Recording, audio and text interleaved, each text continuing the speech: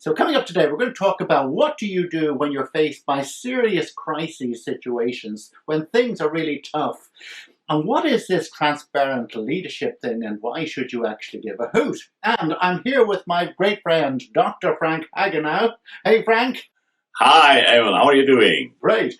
So today we want to talk about, for people who are in crisis situations, which happens all the time in business, but it's happening right now.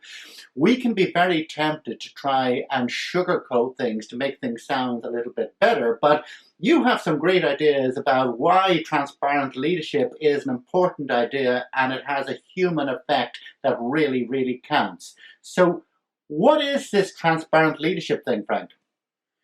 Yeah, transparency means showing what you know and showing what you are not knowing at the moment.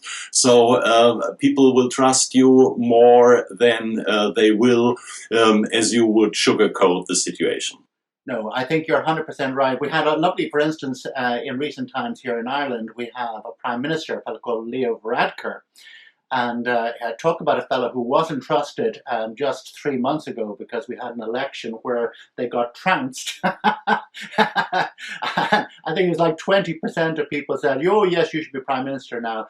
But 6 weeks later, because he has been so transparent about this coronavirus thing, where he told people exactly what's happening, when it's going to happen, how we're going to get out of it, that he has gone to 35% of people who now think he should be Prime Minister, which is more than anybody else in a very desperate place. So truth is that it does cause people to have a human reaction, but what is it that causes us to fall over if we try to make things sound better than they actually are? So in other words, why do people not respond well to what is glossy or nice, flowery kind of reaction?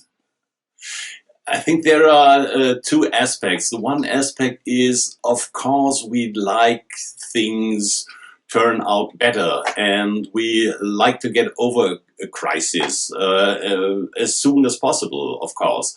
But on the other hand, we know sometimes things are not that simple, and in deep within us, we know, okay, sometimes things won't become so easily so well again. And so this is also the situation why leaders in crisis have the good chance and good opportunity to raise in the eyes of their audience or their citizens by dealing with honesty and transparency with the situation. As you were talking there, I was just thinking about some Facebook things I saw this morning. Now, I realize this would be a little bit dated. At least my pals were living over in Britain, and they had their Prime Minister get on to the television last night, and he said, look, we're coming out of this coronavirus thing, and so you don't have to stay at home any longer. Just be alert. And people are saying, what? I mean, what? I have no idea what you're talking about, and so well, I'm glad you've told me that. But basically, it's told him nothing. So, yeah, and as you might have seen the situation with this huge parade which took place in Belarus the other day, because they were celebrating the defeat of Nazi Germany, and this is a really huge event, all in the eastern part there in the states of the former Soviet Union. But even Russia decided to cancel this parade here, and Putin just had a very narrowed celebration there.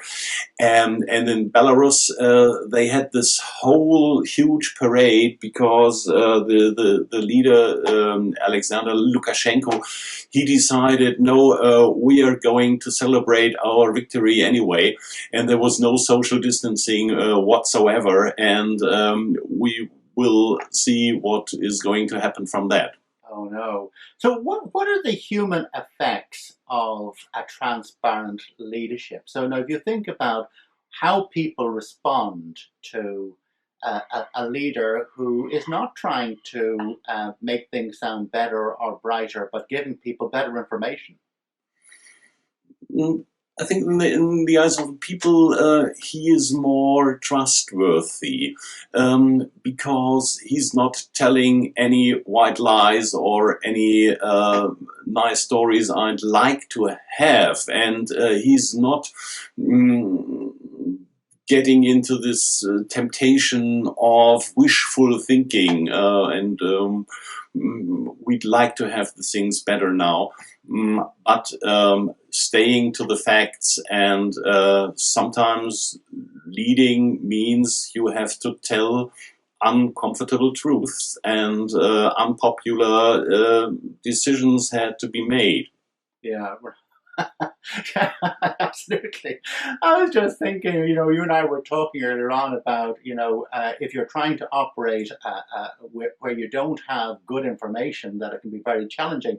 It would be, but like somebody saying, listen, I want you to deliver this lorry full of very, very delicious food, but it has to be in a supermarket down the Autobahn, and you're an hour away from there. Can you go at 150 kilometers an hour, and incidentally you don't have a proper windscreen? Yeah, you're going to have a sense of humor failure, aren't you? Yeah. Yes, of course. And sometimes things are not possible in the way we would like to have it, and finding a solution and being honest with this truth is something which distinguishes the transparent leadership from someone who is trying to hold things back or to cover them with sugarcoat. Yeah. Well, if there was one thing more than anything else that a leader could do to really up how transparent their leadership is, what would that one thing be? In this current situation, or even if you have a similar crisis, or hopefully not that serious one, there is always insecurity, and you do not have the next solution on your hands immediately. And so I think the main thing might be to be in contact with experts, with professionals, with your team. It's more about listening and understanding than telling things you won't know either. Yeah. So in other words, ask a hell of a lot more than you tell people. Yeah, and of course you have to make the decision maybe at the end, but it's more about collecting information and taking small steps, because you can't have this huge step because you do not know what is going to happen next. I think that's exactly right, which is when you're in uncertain times, you have to make some decision, but sometimes you're going to have to revisit that again and again. And as long as people know that, it's much easier to run with that. And actually, that's a perfect segue to encourage you all to watch our next quick video when we get into precisely how you can make it easier for people to consider what you do to be transparent and why it really matters. Thanks, Frank. Yeah, thank you. Bye, Emma.